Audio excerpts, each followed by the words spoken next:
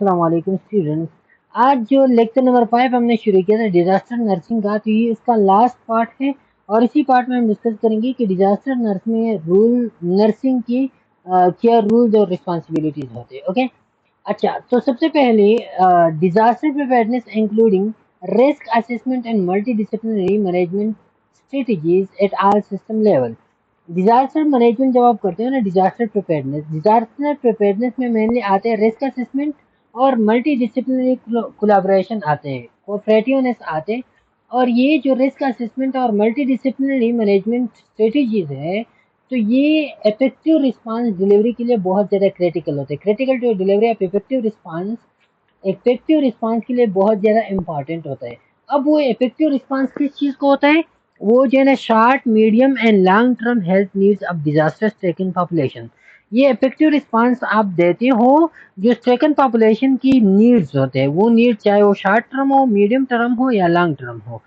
Simple मतलब ये कि स्ट्रेकन पॉपुलेशन या डिजास्टर पॉपुलेशन को हेड किया, तो उनकी नीड्स के लिए जो है ना क्या होता है, उनकी नीड्स के लिए जो रिस्पांस आप प्रोवाइड करते हो, तो उसके लिए रिस्क असेसमेंट और मल्टी डिसिप्लिनरी कोलैबोरेशन जो है ना बहुत ज़्यादा इंपॉर्टेंट होते हैं। ओके, अच्छा, major rules of nurses and disaster में नर्सेज की मेजर रूल कौन कौन से होते हैं? सबसे पहले नर्सेज का रूल क्या होता है कि वो मैग्नीट्यूड ऑफ द इवेंट को डिटरमिन करे कि कितने लेवल ऑफ डिजास्टर जो है ना वो अकर हो चुका है। Okay, define health needs of the affected population की हेल्थ नीड जो है ना वो कितने हैं। फिर जो है ना establish priorities and objective, triaging system वो करे, वो ऑब्जेक्टिव को जो है ना वो क्या करे, डिफाइन करे। Identify culture and potential public health problems, कल actual and potential health problem को वो आइडेंटिफाई करे। एक्चुअल जो आपको जाहिरी तौर पे जो है ना वो दिख रहा हो, पोटेंशियल जो अभी तो प्रेजेंट नहीं है लेकिन घंटे 2 घंटे या एक दिन बाद जो है ना वो जाहिर होने वाले हैं, तो उन सारे हेल्थ प्रॉब्लम को आप आइडेंटिफाई करो।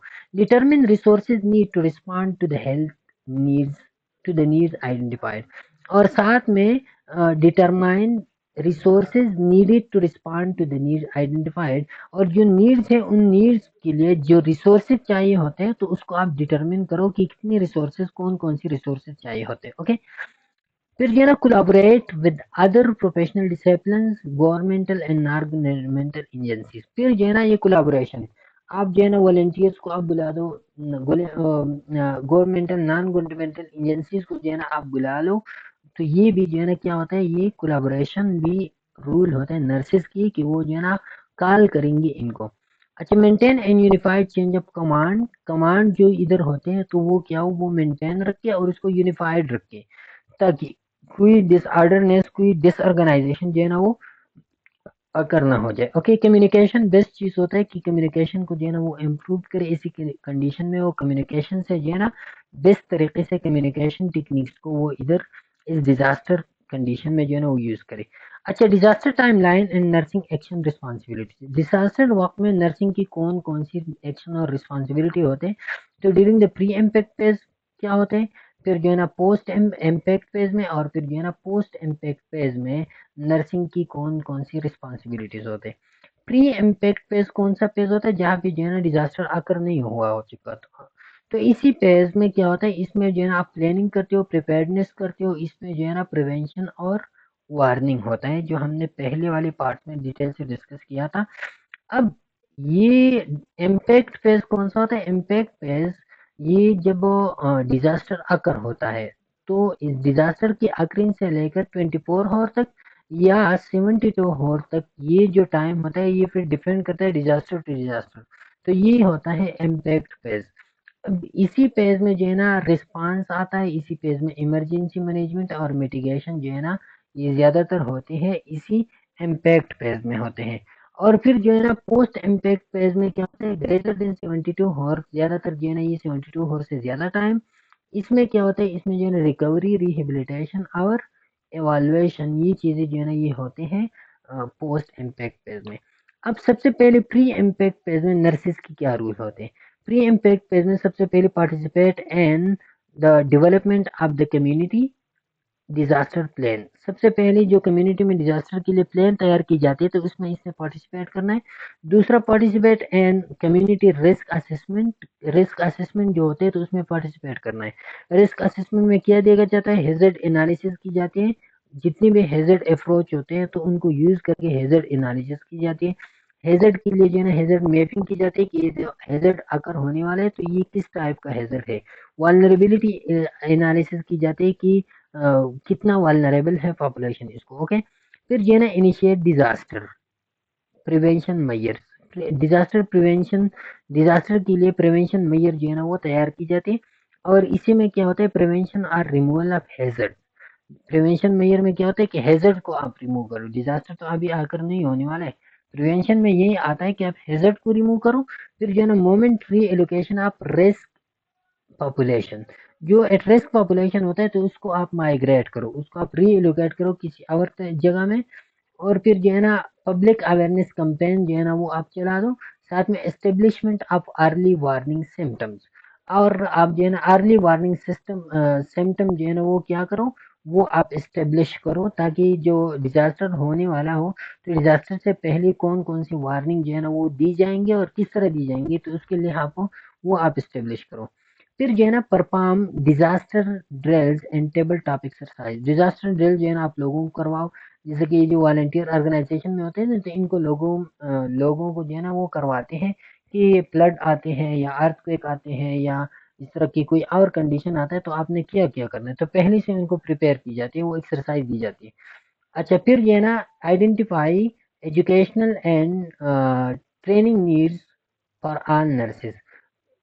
आप एजुकेशनल और ट्रेनिंग नीड दोनों जो है ना सारी नर्सेज को जो है ना वो आइडेंटिफाई करो कि कौन सी एजुकेशनल नीड कौन सी ट्रेनिंग नीड जो है ना वो आपने लेनी है। ओके, फिर develop disaster nursing database for notification mobilisation and triage of emergency nurses staffing resources. फिर जो है ना आप डेटाबेस जो है ना वो तैयार करो। डेटाबेस में क्या होता है कि उसमें जो है ना आप नर्सेज के नेम वगैरह जो है ना वो भी आगे लिख लो, कौन सी नर्सेज जो है ना पार्टिसिपेट करनी चाहते हैं डिजास्टर में, कौन सी नर्सेज किस टाइम प्रेफर टाइम जो है ना उनका आप लिख लो। फिर साथ में जो है ना जो नोटिफिकेशन आप करते हो तो नोटिफिकेशन किस तरह का नोटिफिकेशन होगा अबाउट डिजास्टर। जो अलार्म होगा वो अलार्म किस तरह का होगा, तो वो सारे मिनट्स जो है ना आप अपने साथ प्रिपेयर कर लो। स्टाफिंग रिसोर्सेज कौन कौन सी होंगी, तो इन सारी चीज़ों के बारे में आप डेटाबेस तैयार कर लो ताकि आपके पास ऑलरेडी जो है ना ये डेटा प्रेजेंट हो और जब भी डिजास्टर आते हो तो आप डायरेक्टली इम्प्लीमेंट करते हो। Okay, develop evaluation plans for all components of disaster nursing process. अब डिजास्टर नर्सिंग प्रोसेस के लिए आप एवाल्युएशन प्लान्स को भी वो क्या करो, वो डेवलप करो कि डिजास्टर जब आता है तो वो रिस्पांस जो शो होते हैं तो रिस्पांस को हमने किस तरह एवालुएट करना है कि वो एडिकेट रिस्पांस है या नहीं है। ओके, अच्छा, फिर दूसरा जो पेज है इम्पैक्ट पेज। इम्पैक्ट में रिस्पांस इमरजेंसी मैनेजमेंट मिटिगेशन आते हैं। इसमें जो है ना क्या होता है रिस्पांस इम्पैक्ट पेज में जब डिजास्टर एक्चुअली आकर होते हैं तो आपने क्या करना है, सबसे पहले आपने एक्टिवेट डिजायर रिस्पांस प्लान। जो रिस्पांस प्लान आपने पहले से बनाया उसको एक्टिवेट करो। नोटिफिकेशन आप करो, जो नोटिफिकेशन आपने बनाई है इनिशियल रिस्पांस आप जो है ना शुरू करो। Leadership assume control event. अब लीडरशिप जो है ना वो क्या होगा कि वो इवेंट्स को क्या करे, वो कंट्रोल करे। Command post establish. Command post जो है ना वो क्या हो जाए, वो एस्टेब्लिश हो जाए। जो लोग होते हैं जो कमांड देते हैं, जो लोग दूसरे लोगों को कंट्रोल करते हैं, एजुकेट करते हैं, डायरेक्ट करते हैं, तो वो एस्टेब्लिश हो जाए। एस्टेब्लिश कम्युनिकेशन भी एस्टेब्लिश हो जाए बिटवीन डिफरेंट ऑर्गेनाइजेशन। फिर साथ में जो है ना conduct damage and needs assessment at the same time. Damage और नीड असेसमेंट दोनों जो है ना वो क्या एट द सेम टाइम जो है ना वो कंडक्ट हो जाए, कितना डैमेज हुआ है और कितना नीड्स है आप इन लोगों को। Search rescue and extricate. ये भी जो है ना जिन लोगों को जो है ना सर्च होनी चाहिए, सर्च करो लोगों को, उनको जो है ना रेस्क्यू करो या उनको जो है ना एक्सट्रिकेट करो, उनको फ्री करो, उनको आज़ाद करो। Okay, establish field hospital and shelter. अब उसी जगह पे आप ऐसा भी नहीं करोगे कि अभी जो है ना उधर हॉस्पिटल आपसे बहुत दूर है और आपने जो है ना एक एक पेशेंट को लेके जाना है, ट्रांसपोर्ट फैसिलिटी भी कम है, तो आपने उसी जगह पे जो है ना एक फील्ड हॉस्पिटल बनाना है, एक शेल्टर बनाना है, उसमें आपने मेडिकेशन प्रोवाइड करनी है, डॉक्टर नर्सेज उधर प्रेजेंट होंगे और उन्होंने ट्रीटमेंट उधर ही प्रोवाइड करना है। ट्राइएज एंड ट्रांसपोर्ट पेशेंट, वो जो है ना आपने ट्राइएजिंग भी करना है और ट्रांसपोर्ट भी प्रोवाइड करना है। ओके, अच्छा, फिर जो है ना मिटिगेट ऑल अनगोइंग हैजर्ड। अब आपने क्या करना है, आपने जो है ना एक हैजर्ड तो आ गया, एक डिजास्टर अर्थक्वेक आ गया, अब आपने जो है ना दूसरे अर्थक्वेक के लिए, दूसरे हैजर्ड के लिए भी आपने जो है ना मिटिगेट करना है चीज़ों को, हैजर्ड को आपने रिड्यूस करना है। किस तरह? फॉर एग्जांपल एक अर्थक्वेक आ गया और उसी की वजह से जो है ना घरों की दीवारें वगैरह वो थोड़ी सी क्रैक हो चुकी है, तो आपने उन लोगों को जो है ना नहीं जाने देना है उन घरों में। क्यों? क्योंकि अगर वो जाए तो हो सकता है कि उसमें अर्थक्वेक तो आगे इससे इतनी नुकसान नहीं होंगी, लेकिन उन ही जो क्रैक्स घर हैं उन लोगों पे जो है ना वो गिर जाएंगे और उनसे एक और डिजास्टर क्रिएट हो जाएगा। तो ये रिस्क जो है ना ये हैजर्ड आपने मिटिगेट करनी है। एक्टिवेट एजेंसी डिजास्टर प्लान, और जो एजेंसी डिजास्टर प्लान है उसको आपने एक्टिवेट करने, establish need for mutual and aid relationship हो, और म्यूचुअल और एड रिलेशनशिप के लिए जो नीड्स होते हैं वो आपने एस्टेब्लिश करने हैं। Integrate state and federal resources, जो स्टेट रिसोर्सेज होते हैं, जो फेडरल रिसोर्सेज जितने भी आपको आ रहे होते हैं, तो उनको आपने यूज करना है, इंटीग्रेट करना है। ओके। अच्छा, फिर इसके बाद ongoing triage and phasing of nursing process. अब ट्राइएजिंग को आपने रोकना नहीं है, ट्राइएजिंग आपका अनगोइंग रहेगा। आपने नर्सिंग केयर को भी नहीं रोकना है, नर्सिंग केयर भी जो है ना आपका जारी रहेगा, जो पेशेंट इन नीड में होते हैं उनको आपने देने होते हैं। अच्छा, फिर इसके बाद जो है evaluate public health needs of the affected population. Affected population की जो पब्लिक हेल्थ नीड्स होते हैं उनको भी आपने जो है ना क्या करना है, वो भी आपने जो है एवालुएट करना है कि किस पेशेंट को कितनी नीड्स है, कितनी सोशल नीड्स है इनको, कितनी जो है ना उनको फिजियोलॉजिकल नीड्स है, तो वो आपने एवालुएट करना है। Establish safe shelter and delivery of adequate food and water supplies, और शेल्टर आपने प्रोवाइड करनी है, एडिकेट फूड आपने प्रोवाइड करना है, एडिकेट वाटर आपने जो है ना उन लोगों को प्रोवाइड करना है। Provide for sanitation needs and waste removal, ये भी आपने एस्टेब्लिश डिजीज सर्वेलेंस आपने करनी है। डिजीज जो है ना आप उनका सर्वेलेंस करेंगे कि डिजीज तो अगर हो चुका है, अब कितना प्रेजेंट है वो डिजीज, कितनी लोगों में वो है। एस्टेब्लिश वेक्टर कंट्रोल भी आपने जो है ना करना है, ताकि कोई मॉस्किटो वगैरह, कोई मच्छर वगैरह जो है ना वो किसी इन्फेक्शियस डिजीज को जो है ना दूसरी तरफ न के लेके जाए। Evaluate the need for activate additional nursing staff.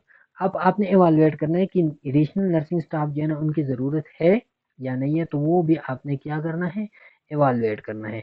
अच्छा, इसके बाद जो लास्ट फेज होता है ना, post impact phase. Post impact phase में क्या आता है, उसमें रिकवरी आता है, उसमें जो है रिहेबिलिटेशन आते हैं, और उसमें जो है ना एवालुएशन आता है। तो सबसे पहले आपने जो है ना continue provision of the nursing medical care, जो नर्सिंग और मेडिकल केयर आप प्रोवाइड करते हैं तो आपने कंटिन्यू करना है, ऐसा नहीं कि वो आपने इधर रुकना है। साथ में डिजीज सर्वेलेंस में आपने कंटिन्यू ही रखना है। फिर जो है ना आपने दूसरा जो है ना क्या करना है, monitor the safety of the food and water. Food और वाटर की सेफ्टी को आपने मॉनिटर करना है कि वाकई वो सही एडिकेट है और सेफ है या नहीं है। विड्रॉ फ्रॉम डिजास्टर सीन, अब आपने डिजास्टर सीन को इधर तकरीबन ख़त्म ही करना है। क्यों?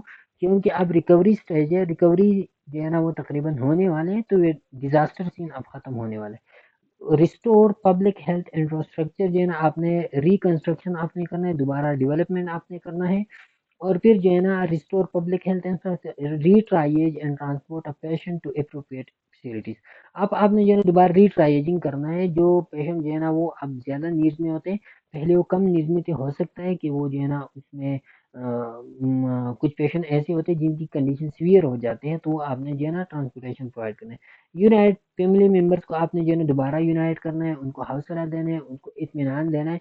Monitor long term physical health outcomes of survivor, और सर्वाइवर की जो लॉन्ग टर्म हेल्थ आउटकम्स होते हैं, तो वो आपने क्या करना है, वो आपने मॉनिटर करना है, उनको आपने long term physical health outcome जो देने हैं, उनके एक्सरसाइज वगैरह, रिहेबिलिटेशन वगैरह वो आपने उनको देनी है। ओके।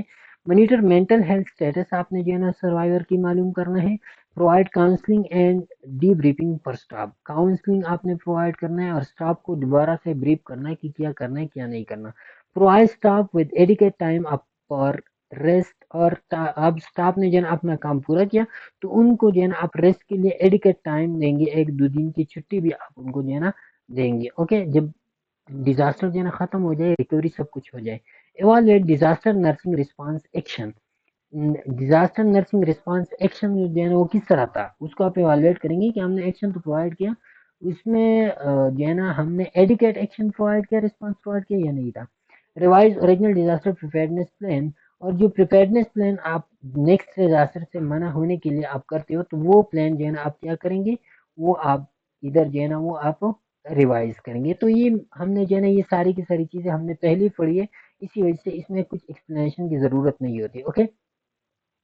अच्छा, अब कंक्लूजन में क्या होता है, disaster is an emergency situation where the need of victim mounts over the medical and nursing resources are resource services particularly in the developing countries like India। अब डिजास्टर इमरजेंसी एक ऐसी emergency situation होता है जहाँ पे जो है ना जो मेडिकल नीड्स होते हैं, जो विक्टिम्स होते हैं, तो उन विक्टिम्स की नीड जो है ना वो मेडिकल फैसिलिटीज नर्सिंग रिसोर्सेज से जो है ना वो माउंट्स होते हैं, वो एक्सीड होते हैं।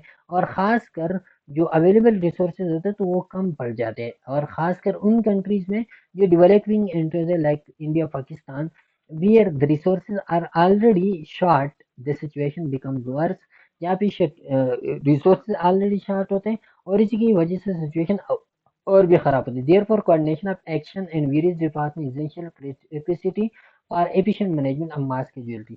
इसी वजह से जो है ना इधर रिसोर्सेज कम है तो आपने मल्टीपल सेक्टर को जो है ना कोऑर्डिनेशन के लिए बुलाना है, और उन सब की जो है ना क्या करना है, उन सब की हेल्प आपने लेनी है एफिशिएंट मैनेजमेंट के लिए, ताकि जो कैजुअलिटीज है उसको एफिशिएंटली मैनेज किया जाए।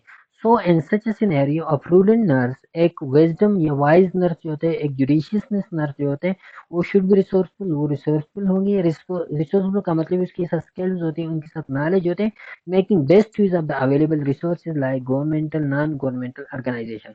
और वो जब रिसोर्सफुल होते हैं, उनके साथ स्किल नॉलेज होते हैं, तो वो थोड़ी सी रिसोर्सेज को भी बहुत अच्छी तरीके से वो हैंडल करते हैं, यूज करते हैं, self group and public etc, and should act ethically and the best of her knowledge patient and judgment to minimize the effect of disaster।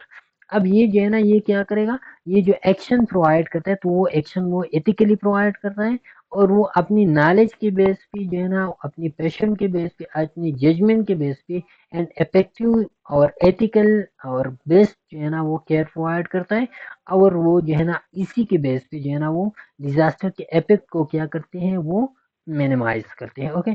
तो ये था सिंपल मतलब इसका ये कि नर्स का मेन काम क्या होता है कि वो एफिशिएंटली और इफेक्टिवली अवेलेबल लीस्ट रिसोर्सेज को वो मोस्ट यूजफुली जो है ना वो क्या करे, वो यूज करे, और इसी के थ्रू जो है ना वो जो विक्टिम्स हैं उनको क्या करे, सिक्योर करे।